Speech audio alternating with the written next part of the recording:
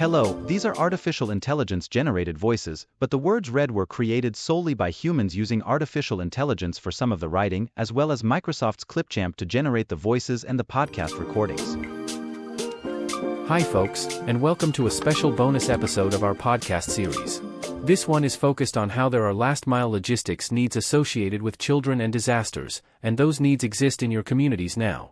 It's the logistic support needed for mass care shelters, especially what needs to be pre-staged in advance of what we call notice incidents, such as flooding and other hazards from tropical storms. These are the emergencies and disasters when you have some, but maybe not a lot of, time to get resources and people pre-staged before sheltering is established, as part of your mass care missions from your emergency operations plans. This logistics work takes deliberative planning, and it's full cycle, meaning there are steps and checklists to be done before, during, and after incidents. All the networks, suppliers, workflows, etc. need to be established in advance of the activation and mobilization. And while you are in the middle of it, inevitably something will go awry, and you will need backups and contingencies. Finally, after everything is settled down, there are assets to demobilize, reports to write up, procurement paperwork to finalize, and gaps to fix for the next time. Nothing out of the ordinary for disaster logisticians, right? Well, here's the problem statement I have been working on. Infants and toddlers who arrive at shelters need feeding, pretty much right away and constantly. If the family has made the choice in advance to feed their child with breastfeeding or via other human milk supplies, that decision should be supported and helped by shelter operators, if help is needed. That help may involve logistics, such as breast pumps, medical refrigerators, bottles, and other consumable medical supplies. Here's the big thing, all this logistic stuff related to feeding kids is not really an individual medical issue, it's basic mass care feeding. It's part of everyone's activities of daily living. And like any other mass care feeding concern in shelters, it is the logistics branch which solutions the problems which the operations branch encounters. This infant and toddler feeding problem was detailed in our episode number 6 for emergency support function number 6, mass care. A link to that podcast will be included in the notes, as will links to the supporting elements created by the CMER's partner Barton Dunat, Emergency Management Training and Consulting.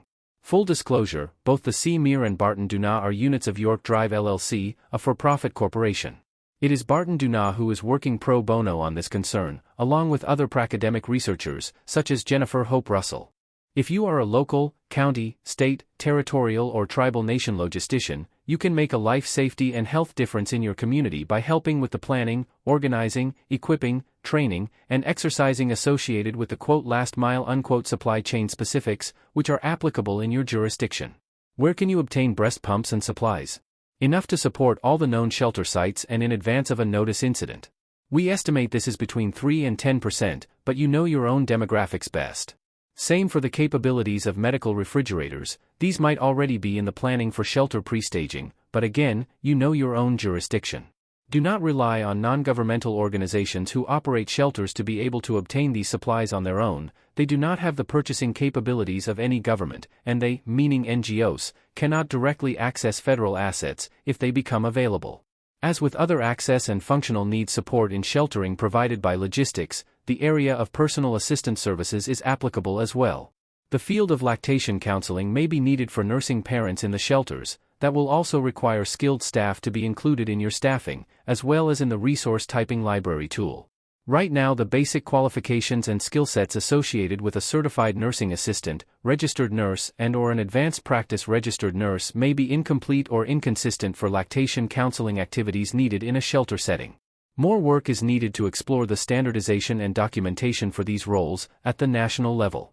NGOs and any other shelter operators will need help from the governmental logistics branch, and this is the perfect opportunity for states, territories, and tribal nations to add to the advocacy which is being led by Barton Dunat, to have the U.S. federal government, through FEMA, include these items in the emergency protective measures, covered under Public Assistance Category B, for both federally declared emergencies and disasters. So, in summary, the 3 logistical elements associated with infant and toddler feeding support in shelters via mass care are aligned to the same 3 elements of disabilities, access and functional needs support for adults in their activities of daily living. They include durable medical equipment such as breast pumps and medical refrigerators, consumable medical supplies such as bottles, bottle liners, and different-sized nipples for both human milk and formula storage, and personal assistance services in support of families who may have challenges with their infant and toddler feeding, especially lactation support counseling. As a disaster logistician, you can help plan for how your own community will solve for these before the next disaster, and be able to get pre-staged as well as just-in-time inventory items to the shelter sites, no matter how. You know, it's the usual way disaster logistics works. Operations needs it there like yesterday. Right? Please check out the podcast notes for a link to the Barton Dunau website area, where this pediatric feeding concern has much more detail, including academic work, practitioner exercises, and much more.